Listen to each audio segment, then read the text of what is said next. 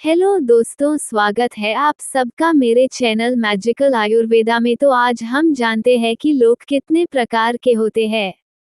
तो दोस्तों, हमारे धर्म शास्त्रों और पुराणों में हमें 3 लोक और 14 भुवनों का उल्लेख मिलता है।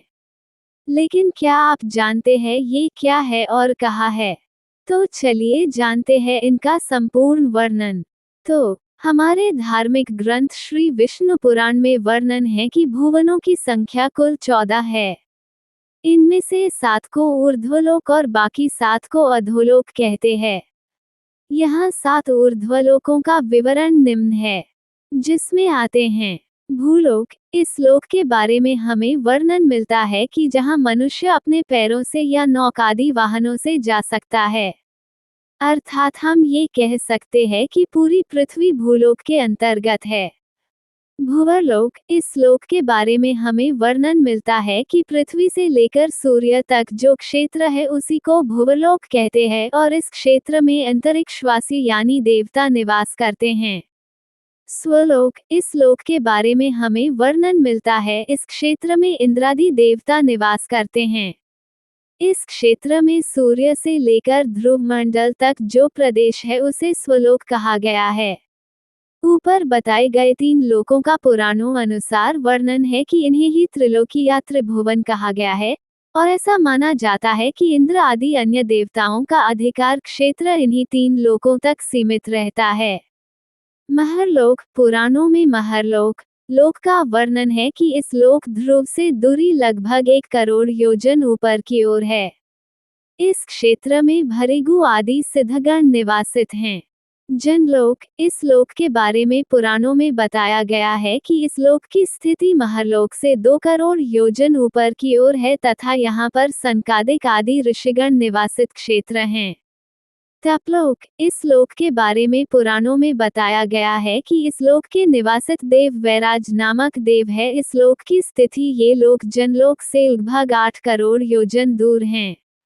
सत्यलोक। इस लोक के बारे में पुराणों में बताया गया है कि यह लोक तपलोक से भी लगभग 12 करोड़ योजन ऊपर की ओर स्थित है और इसी क्षेत्र में ब्रह्मा निवास करते हैं, इसलिए इस क्षेत्र को ही ब्रह्मलोक भी कहा जाता है और यहीं पर सर्वोच्च श्रेणी के महर्षि और ब्रह्मा ऋषि यहीं निवास करते हैं।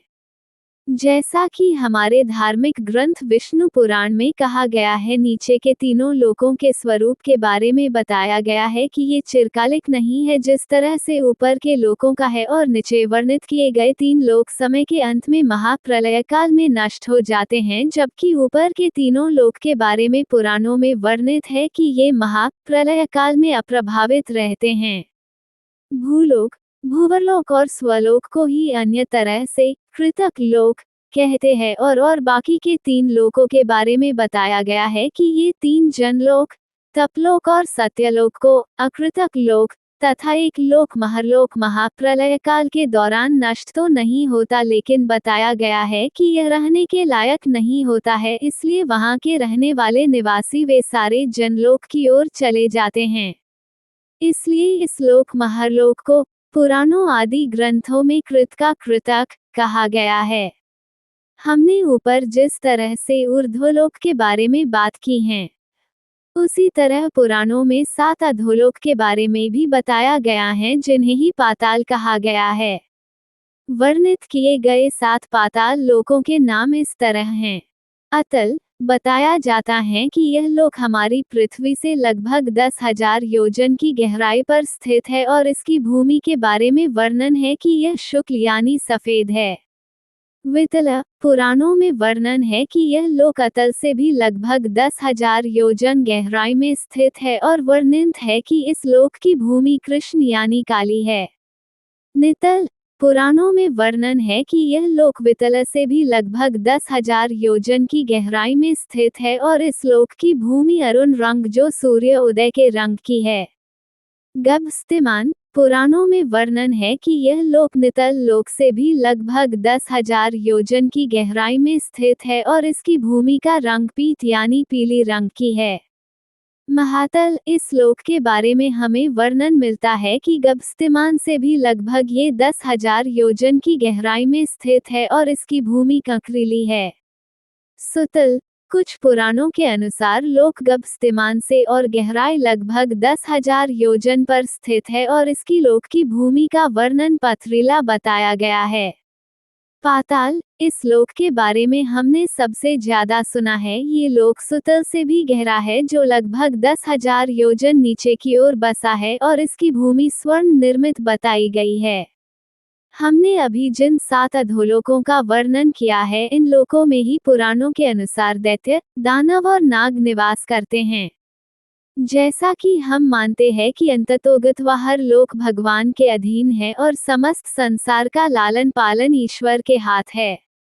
फिर भी अगर हम इन अलग अलग लोकों की स्थिति और प्रकृति का वर्णन देखें तो यह मानने पर हम भी बाध्य होंगे कि जिस प्रकार हमारे पृथ्वी पर देश और कई राज्य है और उन सभी की शासन पद्धति अलग है, उसी प्रकार यहाँ शासक भी भिन्न हो सकते हैं और हर लोक के अपने नियम और कानून हो सकते हैं। हमने अपनी बचपन और कहानियों तथा पुराणों में हमेशा एक वर्णन सुना है कि पाताल लोक में दैत्यों, दानवों और नागों के स्थान है जहां इनके बहुत से नगर और राज्य बसे हैं और यहाँ के राजा दैत्य, नाग होंगे और यहाँ इसी तरह से स्वर्ग में भी इंद्र, वरुण, चंद्रमा आदि देवताओं के नगर और राज्य स्थित हैं। लेकिन ऊपर बताए लोक जैसे महरलोक, जनलोक, तपलोक और सत्यलोक के निवासी उतने पुण्यात्मा और ईश्वर प्रेमी होते हैं कि उनकी नज़र में ईश्वर ही राजा है, इसलिए वो किसी की सत्ता का वर्णन नहीं आता अपितु ईश्वर की ही सत्ता मानी जाती है। तो जानकारी अच्छी लगी हो तो हमारे चैनल को जरूर सब्सक्राइब करें। धन्यवाद।